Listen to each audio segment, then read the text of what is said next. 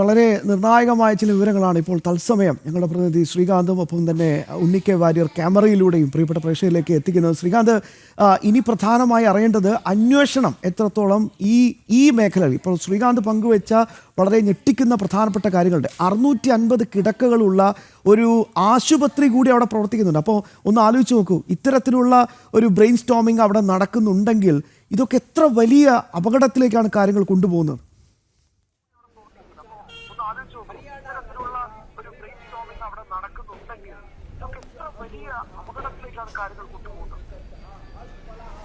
ശ്യാമ, ഈ രാജ്യം അഭിമുഖീകരിക്കാൻ പോകുന്ന ഏറ്റവും വലിയ പ്രശ്നം, ഏറ്റവും വലിയ പ്രതിസന്ധി ഈ വൈറ്റ് കോളർ ടെററിസം തന്നെയായിരിക്കും. കാരണം കശ്മീരിലെങ്ങും തന്നെ കല്ലേറ് നിലച്ചിരിക്കുന്നു, സൈന്യത്തോടുള്ള ഏറ്റുമുട്ടൽ കുറഞ്ഞിരിക്കുന്നു, പരസ്യമായി ഭീകരപ്രവർത്തനത്തിന് ഇറങ്ങാൻ ആളുകളെ കിട്ടാതായിരിക്കുന്നു. പക്ഷേ അപ്പോഴും ഇത്തരത്തിലുള്ള സ്ലീപ്പർ സെല്ലുകൾ നമുക്കിടയിൽ നഗരങ്ങളിലുണ്ട് എന്നുള്ള കാര്യം നമ്മൾ മനസ്സിലാക്കണം. സമാന അവസ്ഥയാണ് നക്സലൈറ്റുകളുടെ കാര്യത്തിലും.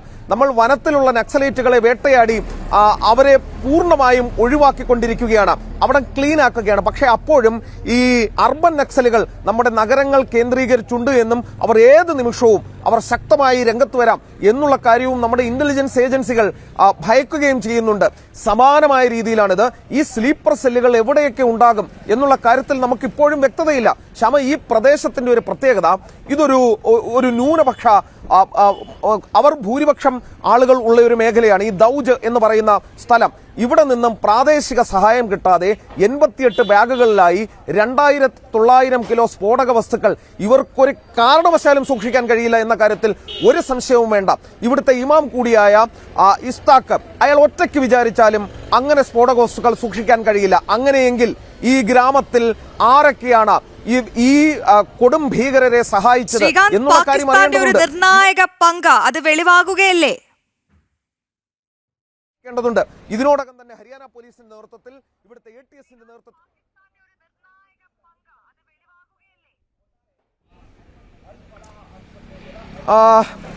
നിലവിൽ ഈ ജെയ്ഷെ മുഹമ്മദിന് ഈ വിഷയത്തിൽ പങ്കുണ്ട് എന്ന് മനസ്സിലാക്കുമ്പോൾ അതിൽ നിന്നും വ്യക്തമാകുന്നത് പാകിസ്ഥാൻ ഇക്കാര്യത്തിൽ നിർണായകമായ പങ്കുണ്ട് എന്നുള്ളതാണ്. കാരണം ഈ ജെയ്ഷെ മുഹമ്മദ് പോലെയുള്ള കൊടും ഭീകര സംഘടനകളെ വളർത്തുന്നത്, അവർക്ക് വേണ്ട വെള്ളവും വളവും നൽകുന്നത് പാകിസ്ഥാൻ തന്നെയാണ് എന്ന കാര്യത്തിൽ സംശയമില്ല. ഈ ഷഹീൻ എന്ന് പറയുന്ന ഈ സ്ത്രീ, ഇവർ ഡോക്ടറാണ് എന്നാണ് പറയുന്നത്. ഇവർ എന്ത് തരത്തിലുള്ള ഡോക്ടറാണ് എന്നുള്ള കാര്യത്തിൽ നമുക്കിപ്പോഴും സംശയമുണ്ട്. ഈ കാണുന്ന സാധനം ഇത് ആശുപത്രിയാണെന്നാണ് പറയുന്നത്, ഇത് ആതുരാലയമാണെന്നാണ് പറയുന്നത്. ഇവർ എന്ത് തരത്തിലുള്ള ആതുരാലയമാണ് ഈ നടത്തുന്നതെന്ന് മനസ്സിലാവുന്നില്ല. മനുഷ്യന്റെ ശരീരം ബോംബ് വെച്ച് ഛിന്ന ഭിന്നമാക്കുക, നിരപരാധികളായ ആളുകളെ കൊലപ്പെടുത്തുക, 10-29 ആളുകളെ അവരുടെ ശരീരം മുഴുവൻ കീറി മുറിക്കത്തക്ക തരത്തിൽ സ്ഫോടനം നടത്തി നശിപ്പിക്കാൻ ശ്രമിക്കുക, അതിന് ഒരു ആതുരാലയം കേന്ദ്രമാക്കുക. ഇവന്മാർ ഇത്ര കാലം ഇവിടെ പ്രവർത്തിച്ച് ഈ പണി മുഴുവൻ എടുത്തിട്ടും ഈ സ്ഥാപനത്തിലുള്ള ആളുകൾ ഇതൊന്നും അറിഞ്ഞില്ല എന്ന് കരുതിയാൽ, ഈ സ്ഥാപനത്തിലുള്ള ഇതിന്റെ ഉന്നതതലങ്ങളിൽ ഇരിക്കുന്ന ആളുകൾക്ക് ഇതിലൊന്നും തന്നെ ഒരു വ്യക്തതയുമില്ലെന്ന് കരുതിയാൽ ഇതെങ്ങനെ വിശ്വസിക്കാനാണ് എന്നുള്ളതാണ് നമുക്ക് മനസ്സിലാകാത്തത്.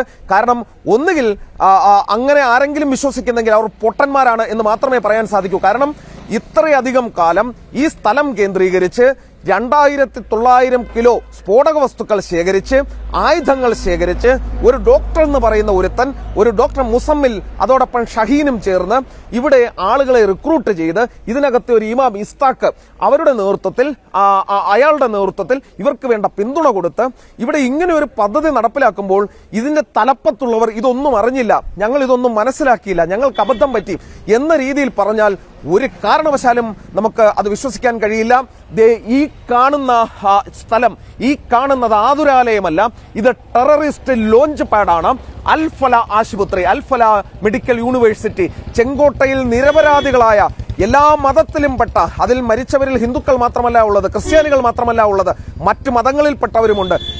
സാധാരണക്കാരായ മനുഷ്യരെ ബോംബ് പൊട്ടിച്ചു കൊല്ലുന്ന കൊടും ഭീകരവാദികൾ, ക്രിമിനലുകൾ ഉണ്ടായിരുന്ന സ്ഥലമാണ് ഈ പിന്നിൽ കാണുന്ന അൽഫല ആശുപത്രി.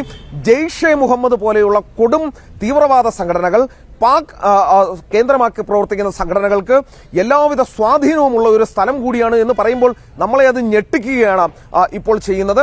നമ്മൾ ഈ സ്ഥലത്ത് നിന്നും ജനം TV ഇപ്പോൾ ഗ്രൗണ്ട് സീറോയിൽ നിന്നും, അവരുടെ ലോഞ്ച് പാഡിൽ നിന്നുമാണ് നമ്മൾ ഈ വിവരം പുറത്തേക്ക് എത്തിക്കുന്നത്. ഇവിടെയാണ് ഗൂഢാലോചന നടന്നത്. ജെയ്ഷെ മുഹമ്മദിന് കൃത്യമായ പങ്കുണ്ട് എന്ന് നമ്മുടെ ഏജൻസികൾ പറയുന്നു. അങ്ങനെയെങ്കിൽ പാക് ബന്ധം മറനീക്കി പുറത്തു വരികയാണ്. ശ്രീകാന്ത്, അത് തന്നെയാണ് മനസ്സിലാകുന്നത്. ഈ അൽഫല ഹോസ്പിറ്റലിൽ ജെയ്ഷെ മുഹമ്മദ് ഭീകരരുടെ സാന്നിധ്യം അത് എത്ര നാൾ മുതൽ ഉണ്ടെന്നാണ് അനുമാനം? ഇപ്പോൾ മുസ്ലിം ഭീകരർ ലോഞ്ച് പാഡായി തിരഞ്ഞെടുത്ത അൽ ഫലാഹ് യൂണിവേഴ്സിറ്റിയിൽ ജനം TV സംഘം എത്തിയിരിക്കുന്നു. ഹരിയാന ഫരീദാബാദിന് സമീപം ദൌജ് ഗ്രാമത്തിലാണ് ഈ മെഡിക്കൽ യൂണിവേഴ്സിറ്റി സ്ഥിതി ചെയ്യുന്നത്. ഡൽഹി സ്ഫോടനത്തിന് പിന്നാലെ രാജ്യമാഗമനം സ്ഫോടനം നടത്താൻ ഈ ഭീകരർ കുതന്ത്രമൊരുക്കിയത് ഇവിടം കേന്ദ്രീകരിച്ചാണ്. ഫരീദാബാദിൽ നിന്ന് ജനം TV സംഘം ചേരുന്നുണ്ട്. ശ്രീകാന്താണ് കൂടുതൽ വിവരങ്ങൾ പങ്കുവെക്കുന്നത്. ശ്രീകാന്ത്, മറ്റു വിവരങ്ങൾ എന്തൊക്കെയാണ്? എങ്ങനെയാണ് ഈ ഭീകരർ ഈ യൂണിവേഴ്സിറ്റി ഇതിനെ മറയാക്കിയത്? ശ്രീകാന്ത്.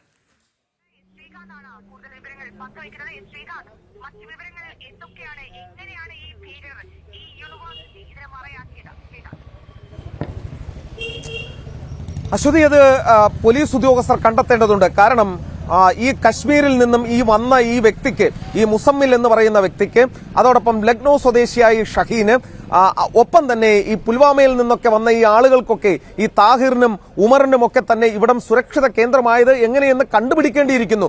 ഇവരെ ആരാണ് ഇവിടെ സഹായിച്ചത്?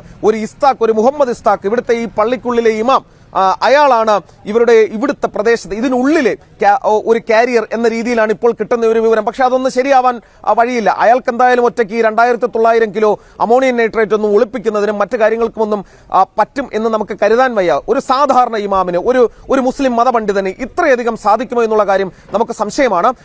ഒരു കാര്യം ഉറപ്പിച്ചു പറയാം, ഈ കാണുന്ന ഈ ആശുപത്രിയുമായി ബന്ധപ്പെട്ട് നിരവധി ദുരൂഹതകൾ ഉണ്ട് എന്നുള്ള കാര്യം ഉറപ്പാണ്. ഏകദേശം 70 പേരെ ചോദ്യം ചെയ്യലിനായി ഹരിയാന പോലീസ് ഇപ്പോൾ കസ്റ്റഡിയിലെടുത്തിട്ടുണ്ട്. 3 ഡോക്ടർമാരുമായി അടുത്ത ബന്ധമുള്ള അധ്യാപകരെയും വിദ്യാർത്ഥികളെയും ഈ മുസമ്മിലിന്റെ സ്വദേശത്തു നിന്നുള്ളവരെയും ഇതിനോടകം തന്നെ ചോദ്യം ചെയ്തിട്ടുണ്ട്. ദൌജ് ഗ്രാമം, ദേഹർ കോളനി, ഈ 2 സ്ഥലങ്ങളിലായാണ് ഈ സ്ഫോടക വസ്തുക്കൾ 2900 കിലോ അമോണിയം നൈട്രേറ്റ് പിടിച്ചെടുത്തത്. ഈ 2 പ്രദേശങ്ങളിലെയും താമസക്കാരെ പോലീസ് ഇപ്പോൾ പരിശോധിച്ചിട്ടുണ്ട്. ഒരു കാരണവശാലും ഈ അൽ ഫലാഹ് യൂണിവേഴ്സിറ്റി ആരുടെ നേതൃത്വത്തിലാണ് പ്രവർത്തിക്കുന്നത്? അതിനെപ്പറ്റി എന്തെങ്കിലും വിവരങ്ങൾ നമുക്ക് ലഭ്യമായോ ശ്രീകാന്ത്?